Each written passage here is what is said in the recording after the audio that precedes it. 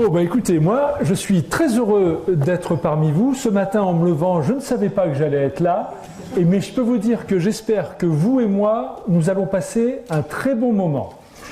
Alors justement, vous le disiez, Monsieur Hosson, nous avons été honorés d'avoir ce prix national. Nous sommes allés d'abord à Nantes et on avait gagné le prix il y a un mois et demi, le prix de la Bretagne.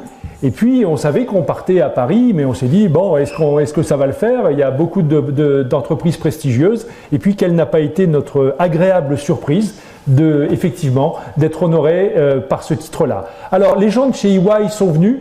Ils ont tourné un film qui dure quelques minutes et ce film-là, personne ne l'a jamais vu. Donc c'est vraiment, même les employés de l'entreprise ne l'ont pas vu.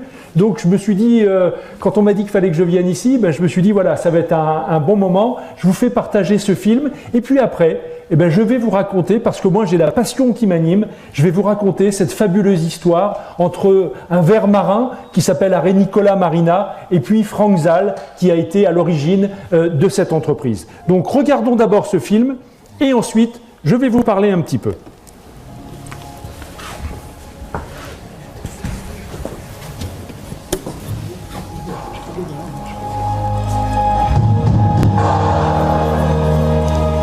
Parfaitement bien, c'est un scientifique supérieurement intelligent, il n'a rien d'un chercheur fou, au contraire, c'est quelqu'un de très pragmatique, comme le démontre l'objet de ses recherches. Alors, la première fois que j'ai rencontré cette personne, c'était lors de mon entretien de recrutement, auquel je me rendais plutôt par curiosité, et en très peu de temps, j'ai été captivée par l'homme et le projet qu'il portait.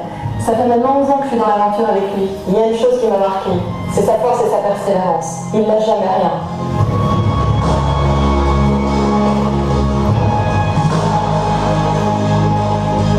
Une société de biotechnologie marine. On a identifié chez un ver marin une hémoglobine qui est un transporteur d'oxygène universel. Avec cette technologie, aujourd'hui, on est capable de faire des solutions de préservation de greffons, des produits pour la cicatrisation, des produits pour la transfusion sanguine ou des réactifs. Tout ça, c'est fait ici par une vingtaine de collaborateurs qui sont structurés autour de différentes équipes d'assurance qualité, de contrôle qualité, de production. Et tous ces produits sont développés pour sauver le plus de vies possible. J'aime bien la phrase de Léonard de Vinci qui dit « Regarde vers la nature, c'est là qu'est ton futur ». C'est exactement ce que l'on a fait. On a regardé sur la plage, on a vu ces petits tortillons de sable et en dessous on a trouvé un ver marin qui s'appelle Arénicola marina. On a trouvé chez ce ver qui a 450 millions d'années une molécule extrêmement intéressante pour développer des produits thérapeutiques. Il manque dans le monde 100 millions de litres de sang. Il faut savoir que 80% de la population mondiale n'a pas accès au sang. La découverte qu'on a faite chez ce ver marin, c'est que l'on a trouvé l'ancêtre de nos globules rouges. Cette molécule n'est pas encapsulée dans les globules rouges, ce qui rend en fait le ver marin un donneur de sang universel.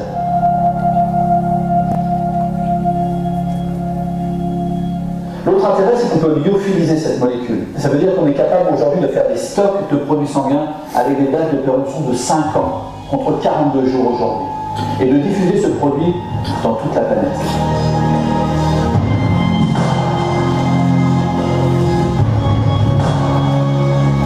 Alors il y a quelque chose qui m'a beaucoup touché. C'est un coup de téléphone que j'ai reçu il n'y a pas très longtemps, de la maman d'un transplanté. C'est pas n'importe quelle greffe, c'était la greffe du visage. Cette personne qui a reçu son deuxième visage. Cette maman m'a dit « Vous avez sauvé la vie de mon fils ». Moi, j'ai rien fait du tout, j'ai juste apporté une technologie qui a permis de sauver la vie de son fils. Et ça, c'est plein d'émotions, parce que quand on fait ça et qu'on retourne sur son passé, on passe de chercheur à entrepreneur, à découvreur, à développeur et d'amener des solutions innovantes, là, on peut se dire qu'on a fait quelque chose de sa vie.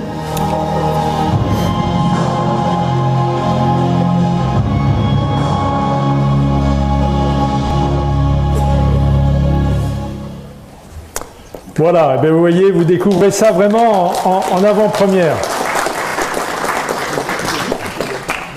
Alors, je vais passer... Voilà.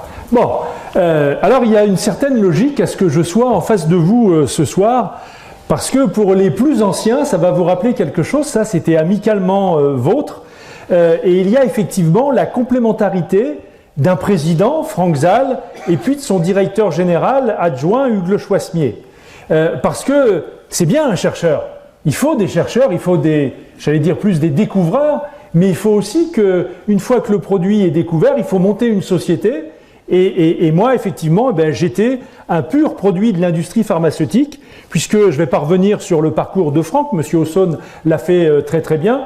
Moi, en quelque sorte, j'ai passé 20 ans de ma vie chez Bayer, où j'ai travaillé dans 37 pays du monde, où j'ai été directeur général de 21 pays, et donc je sais ce que c'est qu'à la fois une usine, comment ça fonctionne, faire fonctionner des collaborateurs, pas travailler en silo, mais travailler vraiment en équipe.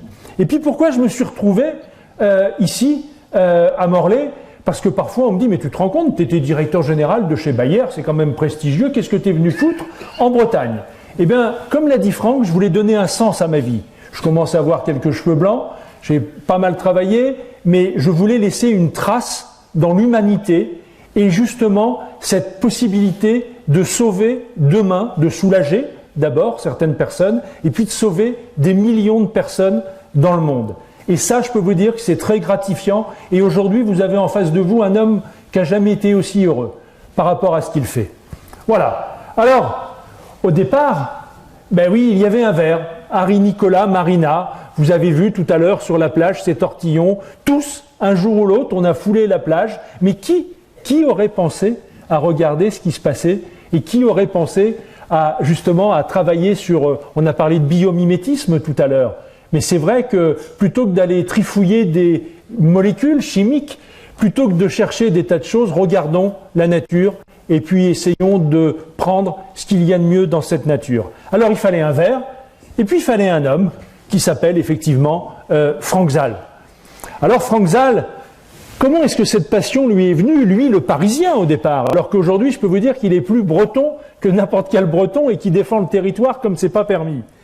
Eh bien, lorsqu'il était à Paris, il s'ennuyait un peu en cours, mais le soir, il y avait les émissions du commandant Cousteau. Et ça le faisait voyager pendant les émissions, duraient 1h30, et ça l'a toujours, dans son imagination, il voyageait avec le commandant Cousteau. Alors, on a parlé du CNRS. Oui, effectivement, Franck a fait un très beau parcours au CNRS. Mais j'allais dire que le CNRS, c'est très prestigieux et on a besoin du CNRS. Je ne vais pas le critiquer. Mais le CNRS, ce n'est pas forcément là où on peut monter le plus facilement une entreprise.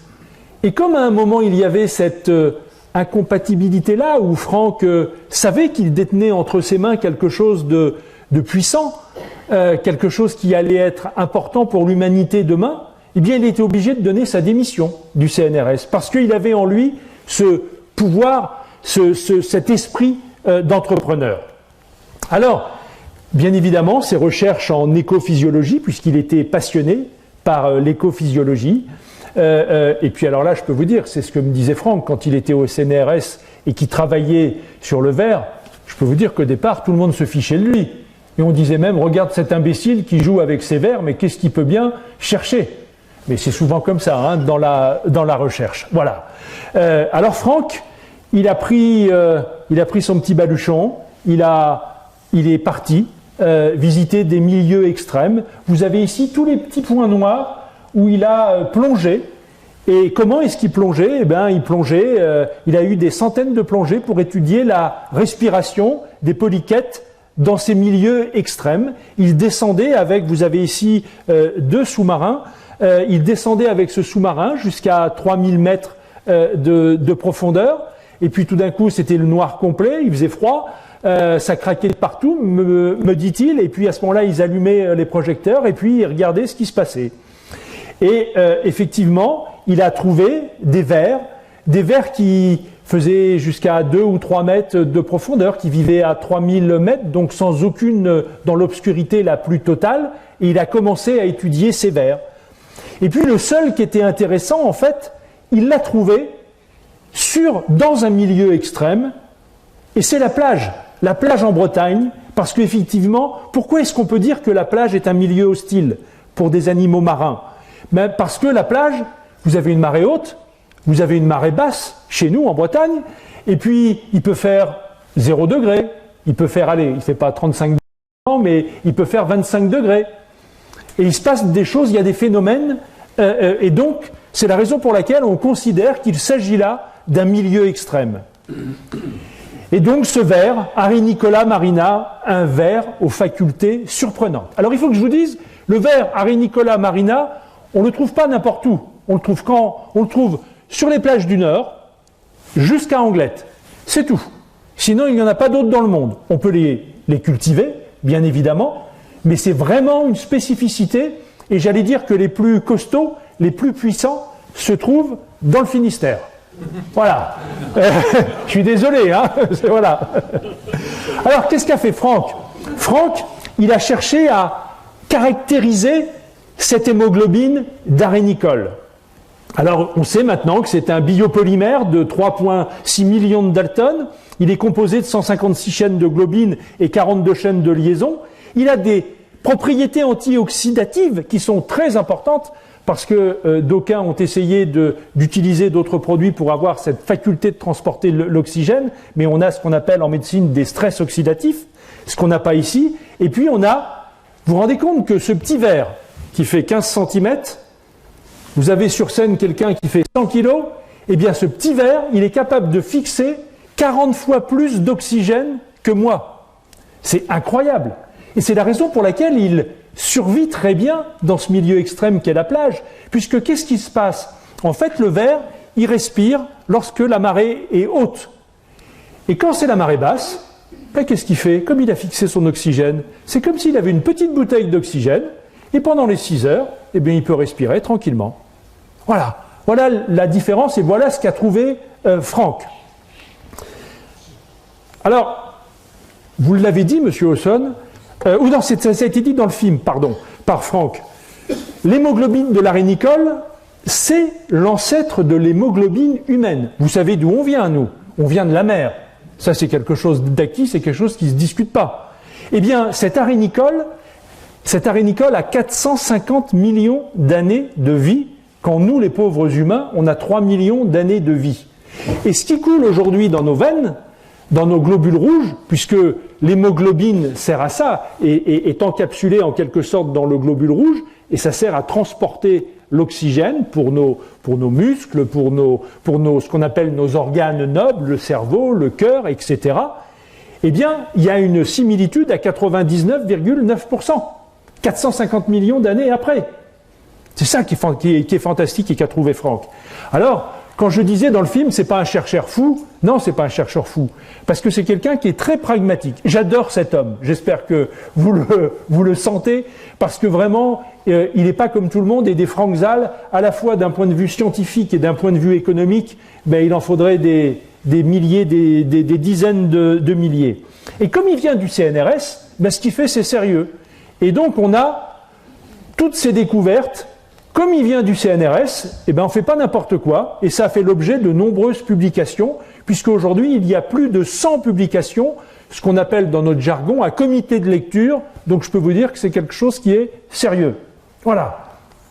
Et puis, là, c'est vous qui l'avez rappelé, monsieur Hawson, en mars 2007, il y a la création de l'entreprise. Alors, je ne sais pas s'il y a des entrepreneurs dans la salle, mais mars 2007, oh aïe aïe, c'était pas la bonne période pour lancer une société. C'était les subprimes, et Franck, au mois de septembre, convoquait les 2 personnes qui travaillaient avec lui en disant « Je crois bien que je vais fermer l'entreprise parce qu'on ne va jamais y arriver ». Et puis là, il y a une loi, la loi TEPA, qui était, je ne sais plus qui est, ça devait être le président Sarkozy à l'époque, qui a permis aux business angels de mettre de l'argent dans certaines sociétés. Alors c'est vrai que, vous l'avez rappelé, moi je ne les connaissais pas au départ, mais je suis très attaché aux business angels bretons, Armor, parce que ce sont des gens extraordinaires, bienveillants, des gens qui, effectivement, n'ont pas eu peur de prendre une chance, parce que chez nous, on parle pas de prendre des risques, on dit de prendre sa chance et puis de nous accompagner. Et aujourd'hui, je crois que personne ne le regrette. Vous avez parlé de Michel, que je connais bien, Michel Ignette, et donc il nous accompagne aussi depuis un certain temps. Voilà. Et on avait un seul objectif à l'époque, c'était mettre à disposition des patients, des technologies issues de cette découverte. Alors moi, je voulais aussi, juste avant de vous parler de ce qu'on peut faire en médecine, c'est important de se dire, ok, et Marina, peut-être que vous en avez entendu parler, peut-être que vous n'en avez pas entendu parler, mais c'est quoi l'ADN, puisqu'on est en médecine, de cette société?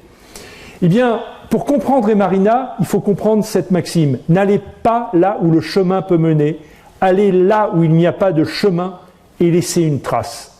Voilà, laisser une trace dans l'humanité, c'est la raison pour laquelle moi, je suis venu chez Emarina.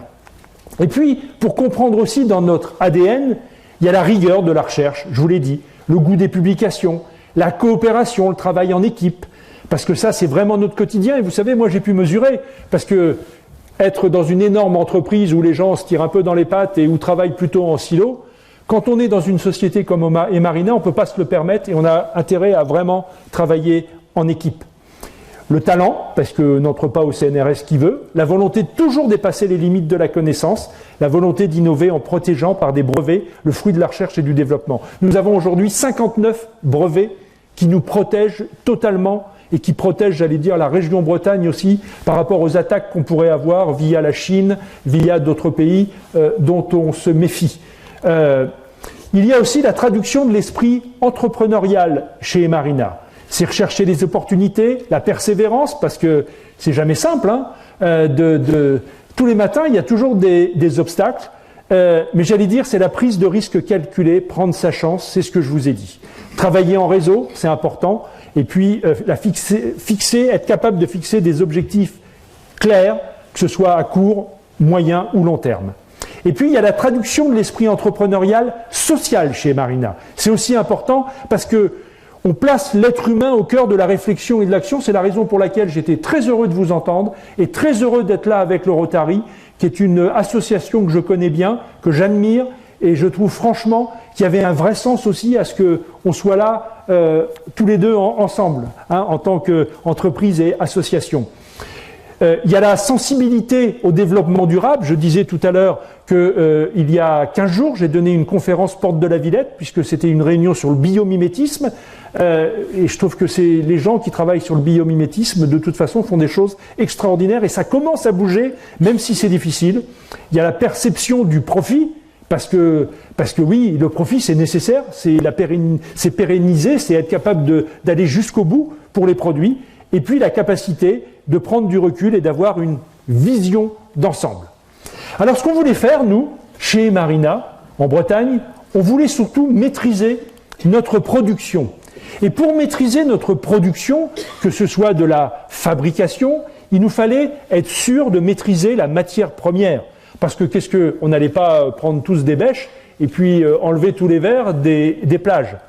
Donc comme on a un grand recul et qu'on sait parfaitement comment fonctionnent les verres, on a d'abord cherché un endroit où on avait un accès à l'eau. Ça, c'était également très important. Et bien évidemment, à Morlaix, on aurait aimé que ce soit dans un rayon de, allez, on va dire de 50 km. Mais on est en France. Et en France, c'est très compliqué. C'est très compliqué. Et on nous a dit non, on avait trouvé un site merveilleux entre ici et Morlaix. On avait tout prévu, tout allait bien, on avait fait des plans, et puis il y a quelqu'un dans le fond de la salle qui a dit j'ai vu des traces d'un animal en voie de disparition, et donc c'est pas possible. Alors on a dit vous avez vu des traces ou vous avez vu l'animal? Non, j'ai vu des traces.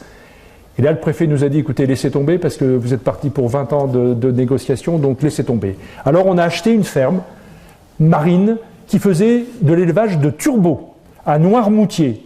Alors je peux vous dire qu'au Noirmoutier, c'est 4h30 de voiture, 4h30 aller, 4h30 retour. Donc ça ne nous arrange pas, mais c'était le seul endroit qu'on ait trouvé. Puis le turbo, c'était pas notre métier, mais il fallait qu'on ait un accès. En fait, cette ferme faisait 100 tonnes de turbo label rouge chaque année.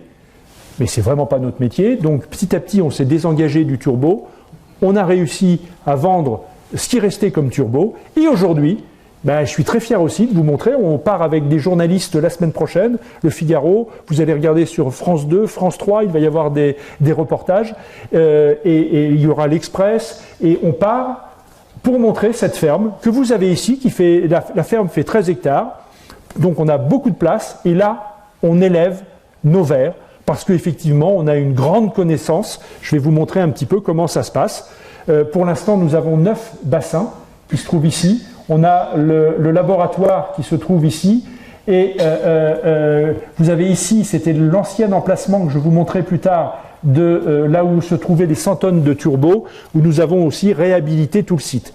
Alors, Quand vous travaillez sur des turbos, ce ne sont pas du tout les mêmes exigences que quand vous avez la prétention d'aller chez l'homme avec un grand H. Et bien évidemment, c'est beaucoup plus complexe et il faut avoir des mesures sanitaires qui sont vraiment très drastiques. Alors, nous aujourd'hui, on a cette connaissance. Il y a, chez ces petits vers, des mâles, des femelles. Normalement, il y a une ponte par an, plutôt suivant le temps, mais plutôt au mois de fin octobre, début novembre. Mais nous, on est capable de faire ces reproductions plusieurs fois dans l'année. Et aussi, comme on sélectionne, d'avoir les vers marins qui sont le plus riches possible en hémoglobine. Alors, cette ferme, vous avez ici le site, donc ça s'appelle FMN, Ferme Marine de Noirmoutier. Vous avez un espace écloserie, où vous voyez, on a eu, il y a 10 jours maintenant, 200 000 juvéniles qui sont arrivés dans la ferme, comme je dis, sans césarienne, sans aucune péridurale. Voilà, 200 000 d'un coup. Et donc les vers passent un temps dans l'espace d'écloserie.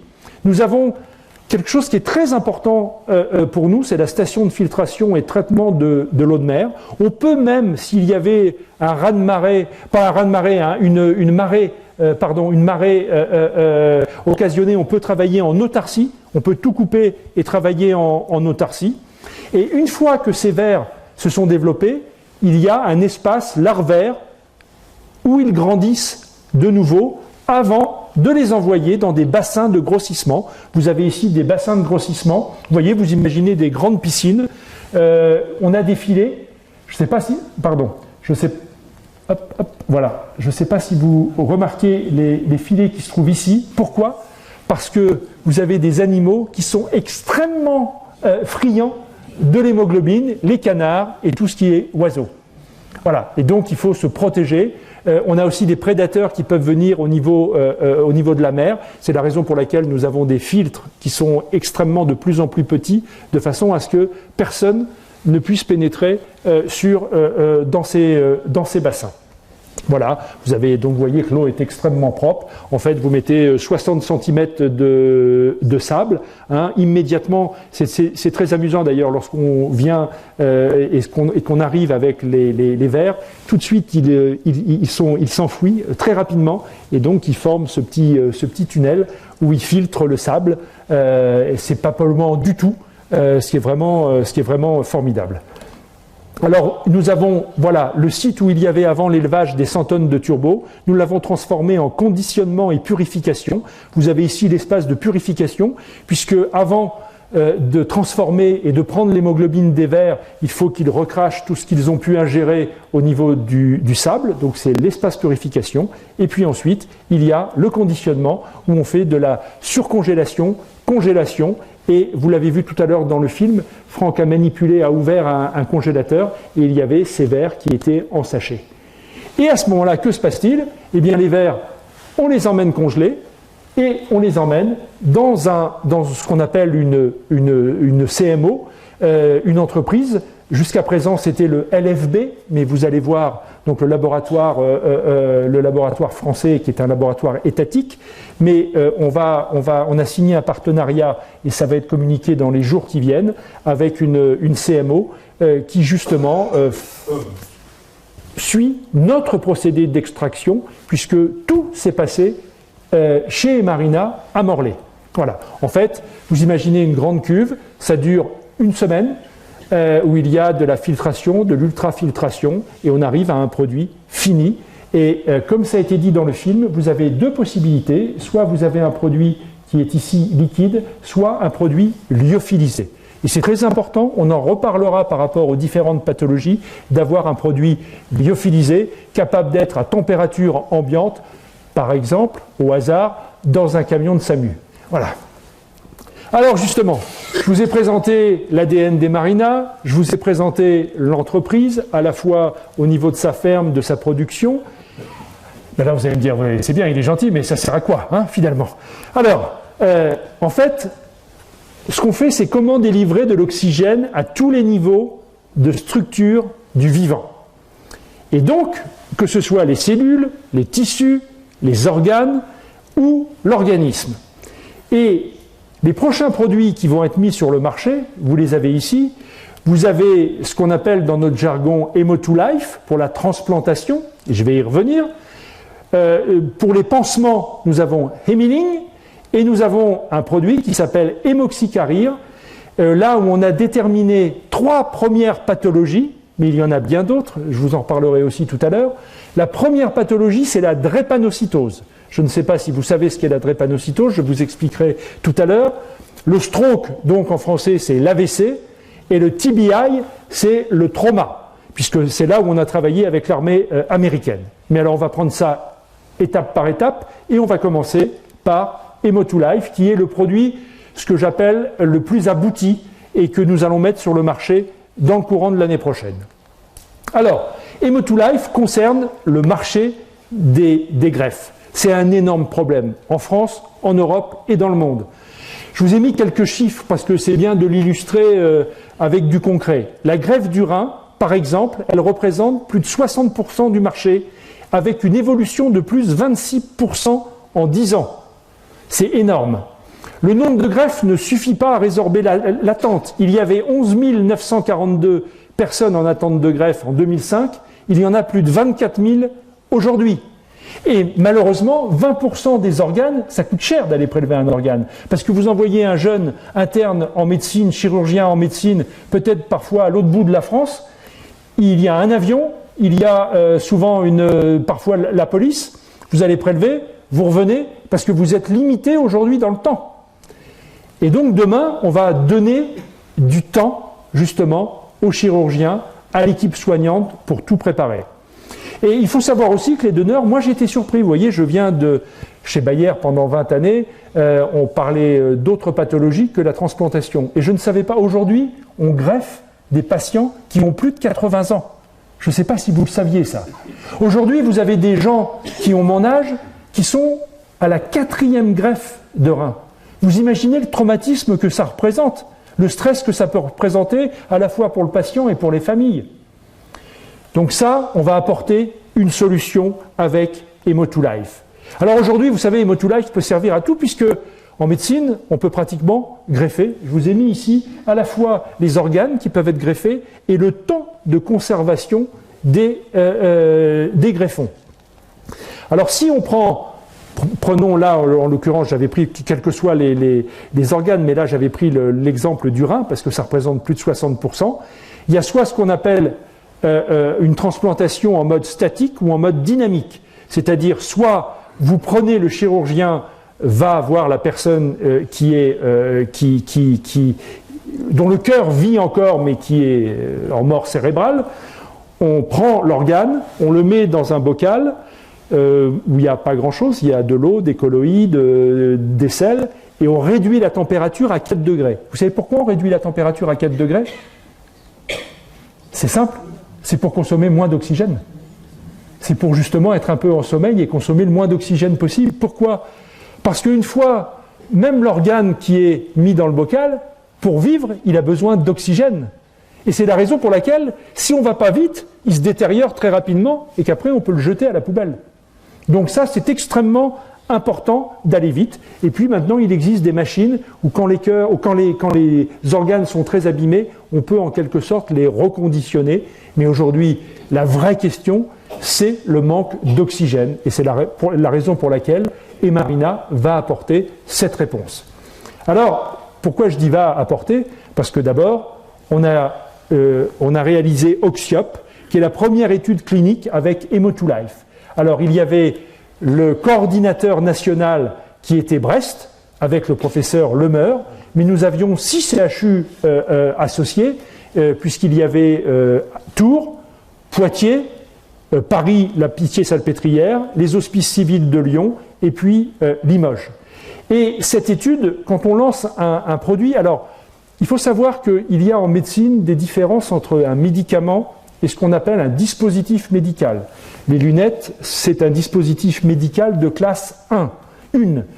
Hemo2Life est considéré comme un dispositif médical de classe 3. Pourquoi 3? Parce que c'est dans le domaine du vivant au départ avec un verre. C'est la raison pour laquelle c'est un DM de classe 3. Et le critère principal, c'était de s'assurer de la sécurité, comme on le fait en médecine, c'est logique, de la sécurité du produit. Et il y avait un critère secondaire qui était de regarder ce qui se passait en termes d'efficacité.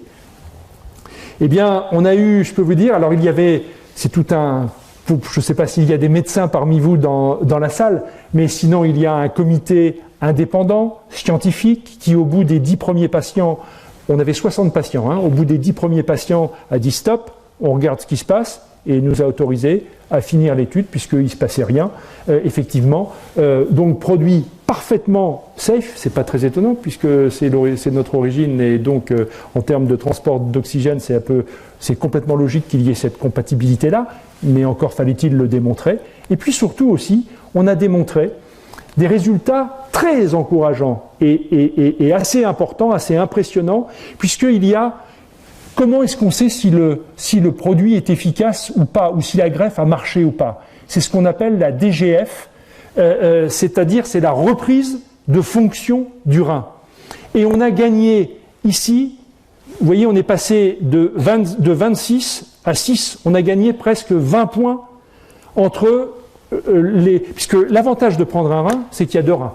On ne peut pas le faire avec le cœur ni avec le poumon. Donc, sur chaque patient, il y avait un patient où il y avait Hémo2Life et un patient qui était réimplanté sans Hémo2Life. Et on a vu la différence. Et la différence, elle est énorme. Ça veut dire qu'il y a des mictions, par exemple, chez le patient. Il y a une reprise de fonction du rein beaucoup plus rapide.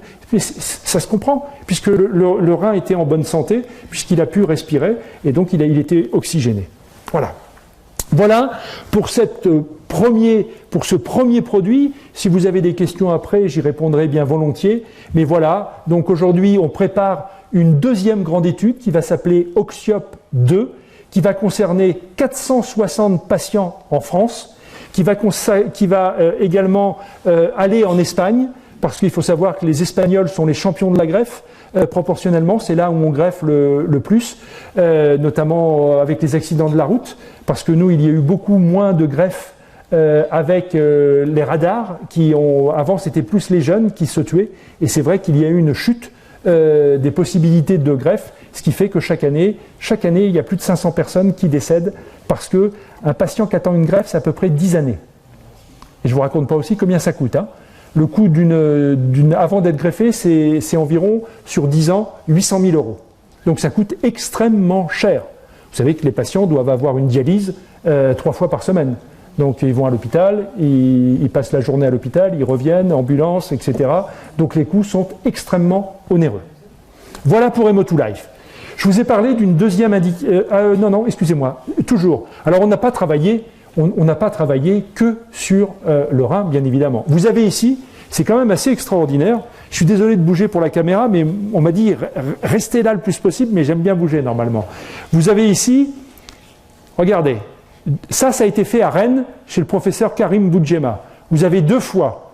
Vous avez un foie sans Hémo2Life et un foie avec Hémo2Life. Professeur Boudjema, il nous a dit c'est simple, avec Hémo2Life, j'ai l'impression que le foie, il est encore dans le corps. Il est encore vivant, parce que regardez la couleur, alors que l'autre commence à jaunir, on voit le gras apparaître, parce qu'effectivement, il est en hypoxie, donc il manque d'oxygène. Et puis, il y a eu, Franck en a parlé tout à l'heure dans le film, en plus, c'est pas par hasard, quoi. Moi, je crois jamais au hasard, je crois plutôt au chemin de vie. Ce jeune homme breton, hein, Didier, c'est Monsieur Hamon. Voilà, il a fait un livre, donc on peut citer son nom. Hein, normalement, en médecine, on le fait jamais, mais effectivement, c'est un monsieur qui est à Pompidou, le professeur Lantieri, qui est un Corse d'Ajaccio, qui a fait en fait le 3e visage, et il ne voulait pas faire cette transplantation sans Hémo2Life. Donc un jour, on reçoit un appel, c'est Franck qui reçoit l'appel, et le professeur Lantieri lui dit « Je veux des flacons d'Hémo2Life parce que j'ai quelque chose d'extrêmement difficile à faire, et il me faut absolument un visage le mieux possible parce que c'est vraiment pas simple. » Il faut savoir que le 2e visage, en fait, ça a été tout bête, ça a été à cause d'une mauvaise grippe, où le visage est devenu tout noir et on a dû enlever le visage du patient, et pendant 2 mois et demi, il vivait sans visage. Hein, il y avait des, je vous ai épargné quelques photos. Il vivait avec des pansements dans une pièce stérile et il attendait le visage. Quand il y a eu cette possibilité-là avec un patient qui était compatible, le professeur Lantieri est parti en avion, parce qu'en plus c'était loin, c'était dans le bas de la France, et il est revenu. Et en fait, l'opération, qui n'était pas simple, a duré 40 heures. Et le professeur Lantieri, et vous voyez ici, c'est sur CNN, il a dit, plus jamais je ferai une greffe de visage sans Emo2Life. Et j'ai des photos du visage, je peux vous dire, il sort, mais c'est extraordinaire. On a l'impression qu'il va vous parler, quoi. Il est vivant, le visage. Voilà ce qu'on fait. Et ça, c'est sûr que c'est une fierté de pouvoir se dire, moi, à mon petit niveau, je sers à quelque chose parce qu'au moins, on fait des choses qui sont plutôt pas mal. Voilà. Donc ça, c'était pour Emo2Life. Si vous avez des questions, j'y répondrai volontiers après. Maintenant, il y a Emiling. Alors là aussi, je vous ai épargné. Il y a des photos qui sont bien pires que ça. Emiling, c'est un marché, c'est pas quand on se coupe, hein. On va pas utiliser Emiling quand on se coupe. En fait, c'est un marché qui est très grand, puisque en France, c'est 350 000 plaies chroniques par an en attente de traitement. Les plaies chroniques touchent plus de 2 millions de personnes, 2,5 millions de personnes, et vous savez que normalement, on doit tous vieillir de plus en plus. Ça pose d'énormes problèmes, parce que notamment, plus on vieillit, plus la peau devient fine, donc il y a des problèmes d'escarres. Il y a des problèmes, s'il y a des patients diabétiques dans la salle, qu'est-ce que fait le médecin généraliste? En premier, il vérifie les pieds, parce que ce sont des patients qui ne sentent plus rien, et on commence à couper un doigt de pied, deux doigts de pied, et on monte. Depuis qu'on parle, dans le monde, il y a une amputation qui a été réalisée toutes les 30 secondes. Alors faites le calcul, je ne sais pas depuis combien de temps on est là ensemble, mais ça fait quelques amputations chez un patient diabétique. Et 20% des diabétiques présenteront un ulcère de pied au cours de leur vie. Comme il y a 300 millions de patients diabétiques, ça fait à peu près 60 millions de patients diabétiques. Alors qu'est-ce qui s'est passé? En fait, on a travaillé avec le leader mondial du pansement, et vous avez ici la matrice sur votre gauche pour vous, donc la matrice de ce pansement qui est le leader mondial dans le monde, et on a réussi, vous avez le résultat en dessous avec notre technologie, c'est la raison pour laquelle il y a un peu de rose, on a réussi à fixer notre technologie sur ce pansement. Et que ce soit aussi bien pour le pied diabétique, pour les ulcères variqueux, que pour comment dirais-je, ce que je disais tout à l'heure, pour les personnes âgées, les escarres. Voilà, merci beaucoup. Voilà. Et comment ça fonctionne? C'est très simple, le fonctionnement. Le fonctionnement, comme on a... En fait, c'est... La gène, elle est fixée, donc.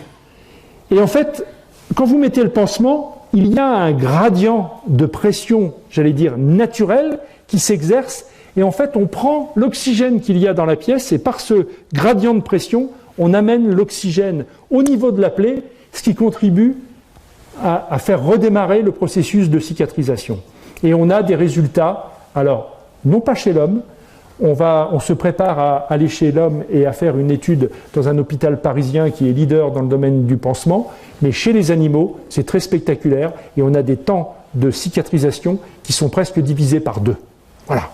Donc je vous le disais, ici vous avez sans le produit, ça c'est le vrai produit qui est vendu dans le monde, sans notre technologie, et avec notre technologie, avec Emiling. Voilà. Et enfin, je pourrais parler des heures, parce que c'est tellement passionnant, mais j'ai choisi de parler des 3 prochaines applications que nous allons faire par rapport à 3 pathologies. Alors, vous avez ici, c'est un besoin très large, varié, allant du traitement de la crise drépanocytaire au trauma crânien. Alors, la drépanocytose, vous avez un globule rouge normal en haut, et vous avez le globule rouge malade qui est en forme de faucille. Et en fait, ces patients-là, ça touche essentiellement 3 ethnies africaines et une ethnie asiatique, mais qui souffre un peu moins. Un patient qui a une crise drépanocytaire, ça fait horriblement souffrir. Je ne sais pas si certains ont eu des crampes, mais imaginez des crampes puissance X dans tout le corps, et il n'y a pas grand-chose à faire aujourd'hui. Si ce n'est que de retirer du sang, de rajouter une poche. Mais le problème du sang, c'est que souvent on parle de quelques groupes sanguins, mais en fait des groupes sanguins, il y en a plus de 150. Et que c'est très problématique. J'étais avec un professeur de KB, du Kremlin-Bicêtre, il n'y a pas très longtemps. Il y avait un étudiant, un jeune interne qui allait passer l'ECN en fin d'année, et il lui a dit, écoute, je vais te donner un petit coup de fouet, je vais te faire une poche de sang. Et le gars est mort aussitôt. Voilà. Et il y a un vrai risque pour les patients. Alors bien évidemment, en Europe, ça concerne plus, dû aux anciennes colonies, la France, l'Angleterre, mais avec maintenant les va-et-vient des populations, ça s'élargit de plus en plus en Europe. Et puis les États-Unis, où il y a un marché qui est énorme. Et puis nous, aux Antilles, bien évidemment, les personnes sont également concernées. Et en fait, vous avez, je ne veux pas être trop technique, mais en fait, avec la drépanocytose, comme vous avez les globules rouges qui freinent le transport de l'oxygène. Et ce qui est très important, ce qu'il faut comprendre, et c'est la raison pourquoi vous avez une crise et avec des douleurs atroces, entre 1 à 5 crises par an, en fait, nous, avec ce transporteur d'oxygène, eh bien, on peut oxygéner les organes et de façon à réduire complètement cette douleur. J'ai mis ici aussi l'ischémie cardiaque et cérébrale. Donc, je disais tout à l'heure à M. Hawson, si quelqu'un fait un infarctus, là, qu'est-ce qu'on va faire? Si le cœur s'arrête totalement, on va essayer de vous masser. Surtout, on va appeler vite le SAMU. Le SAMU va venir, ils ne vont pas faire grand-chose. Ils vont vous mettre de l'oxygène. Ça ne va pas servir à grand-chose, mais c'est dans le protocole, donc on le fait. On cherche à remplir avec des grosses molécules. Et puis surtout, on va vite. Et puis on fait une prière si on y croit, en disant, voilà, j'espère que mon patient, il va tenir jusqu'à l'arrivée à l'hôpital pour avoir un geste chirurgical. Eh bien, vous imaginez que les propriétés de notre molécule, elle est 250 fois plus petite que le globule rouge. Ça veut dire que si vous avez un thrombus, que ce soit au niveau du cœur ou au niveau cérébral, et que c'est bouché, eh bien, comme c'est 250 fois plus petit, on va réussir à passer et à oxygéner l'organe noble en question qui est mis, où vous avez un pronostic vital qui peut être engagé jusqu'à l'arrivée à l'hôpital. Là, il s'agit vraiment d'un produit de l'urgence. Urgence pour la maladie drépanocytaire parce qu'il y a des douleurs atroces, urgence pour un infarctus ou pour un trauma. Voilà. Alors je l'ai représenté différemment ici. Vous avez évoqué l'armée américaine. Oui, en fait, Franck donnait une conférence en Italie où il y avait beaucoup de personnes, et puis il rentre, et puis on l'appelle et on lui dit c'est l'US Navy. Alors Franck me dit qu'est-ce que c'est que qui me fait une mauvaise blague? Et l'US Navy dit non, nous on cherche en fait pour nos soldats un produit capable d'oxygéner le cerveau. Parce qu'aujourd'hui sur les conflits, c'est pas le tir comme on a connu, hein, puisqu'on est en plein dedans en 14-18, c'est en fait l'effet de blast, l'effet de souffle.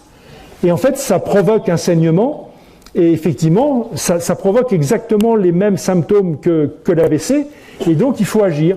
Et l'US Navy dit, est-ce que vous êtes capable d'oxygéner le cerveau pendant 1 heure, c'est-à-dire à partir du moment où on sait qu'un soldat est en difficulté, ça nous laisse le temps d'arriver en hélicoptère, de venir sur le champ de bataille récupérer le soldat et de le ramener.